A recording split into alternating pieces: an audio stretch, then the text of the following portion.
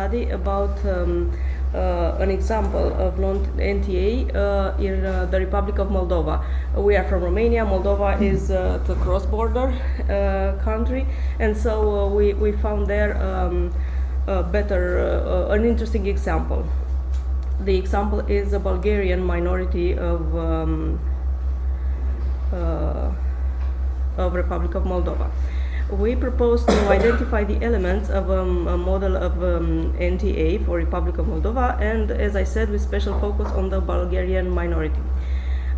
We focused on particularities of the social-political context, the legal frame of Republic of Moldova with rights for minorities, and arguments and elements for an NTA model NTA model in Moldova.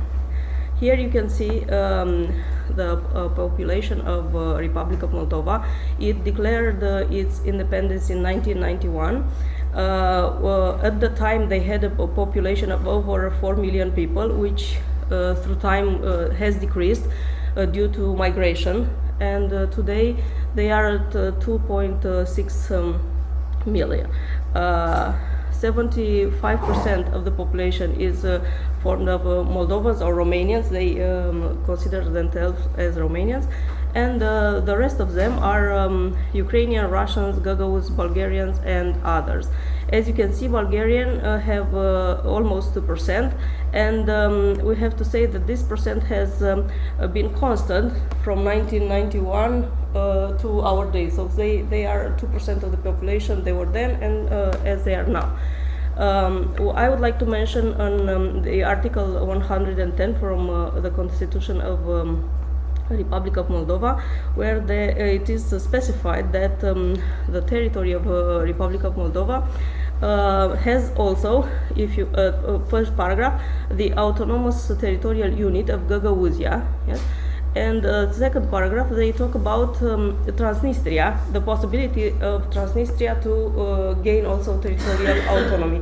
So Moldova has two examples of territorial autonomy, one which is already gained and the other which is in military conflict. Here we have ethnicity by district. The purple color is Gagauzi, which are already, they have territorial autonomy, and the green color is the Bulgarian population. And as you can see, they are concentrated in the district of Taraklia, where they are over 80%. But if you look at the second map, not all of them speak Bulgarian. Many of them speak Russian language, so they prefer Russian language, even though they have the legal possibility to use Bulgarian language. Okay, this is more eloquent. The blue district of Taraklia, where all the Bulgarians, or most of the Bulgarians, live in the Republic of Moldova. Just okay. We chose two examples of how their rights, the minority rights, are exercised in the Republic of Moldova. First, the right to education. So there are three models, and the minorities have the possibility to study in Russian language, and only Russian language, even if they are Russian or Gagauz or any other minority. A second model is with schools in Russian language, but they have 3 hours a week of their native language, Ukrainian, Gagauz, Bulgarian, whatever, and another hour per week where they study history, culture and tradition, each minority for themselves. And also there are some schools where they study in Bulgarian language. We have there an example, just an example. And the next slide, you have the number of schools in Moldova where these languages are being studied. So Bulgarian have 28 schools where they can study Bulgarian language. Here it's a statistic of how occupational groups are represented in the different frames of work activities, and as you can see, they have significant percents, which of course is a smaller number, but the percent is significant. Okay, about the Bulgarians, they are about 7 million in the whole world, and Moldova is the 7th country, okay, with Bulgarian, and they are all, almost all of them are in the district of Taraklia. Okay, these are the elements that were identified for an NTA model for Bulgarian in the Republic of Moldova. We think that territorial autonomy is not fit for them because they are a small number of minority, they are a small number. Territorial concentration, they are all in the district of Taraklia, mostly in the villages, not urban distribution. The level of knowledge of their original language, and there is a mother country which can provide for support. I just wanted to say, I passed that slide, but I will tell you that in 2013 and 2015 they had they had two claims of autonomy, and they called it ethnic cultural autonomy. They asked the district of Taraklia, the Bulgarians from the district of Taraklia, they asked for ethnic cultural autonomy, and that these two claims were denied by the parliament. Because it was considered that the term ethnic cultural is not very clear out of the legal point of view. So their claim was not yes, and the Venice Committee made a study over these claims, and they suggested that maybe the interest of the population to the Bulgarians to ask for autonomy was not really their interest, but rather some political interest that made them ask for it.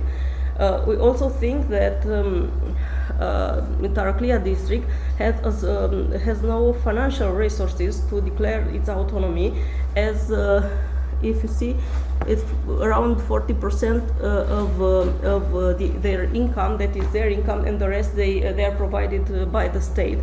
And in the next slide, you can see that Gagauzia here has almost, they provide for themselves, they can ensure this financial autonomy, and Taraklia is very low on this. So this is our presentation, and this is our, thank you. I have a question about education. Yes. So education, I think, is probably the most important matter for minorities, whether in territorial or non-territorial autonomy.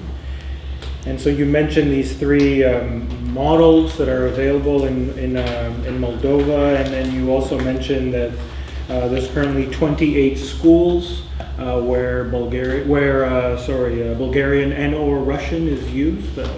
Or at least 28 schools where Bulgarians have access to 28 schools for Bulgarians. But what about autonomy? Are these schools governed by the Bulgarians? Do the Bulgarians have a say in the curriculum? Because the interest of autonomy is that they have autonomy over over these matters. The schools are public schools, and as they have majority in Taraklia district, the public schools are managed by them, but the legislation is of the Republic of Moldova. It's not their legislation, it's the legislation of the Republic. But sorry, she is from my colleague, she lived in Moldova, she is trying to tell me. Public school law, the law is of the Republic of Moldova, but they study more Bulgarian language than So the national curriculum that's decided in the capital city, and the schools are public schools, so they're state schools, and the language that's used in the school is the language of the local community. But they don't have Bulgarian, Russian, Romanian, and the University of Taraklia studies in the Russian language. So we can't, can we speak of autonomy in this case or not? It is a paradox. Really. It is a paradox in Moldova to create the university for Bulgarian and the study curriculum in Russian. Okay, any other question? I guess Joe? the question is who decides whether it should be Russian or Bulgarian or Moldovan? Who decides this? Political elite. So is it the central government that decides? Yes, central government. The local people don't have a say whether they study this or that. In Okay. that case, it's not. La nivel local nu ne decide. Okay, let's thank Valentina. Thank you very much.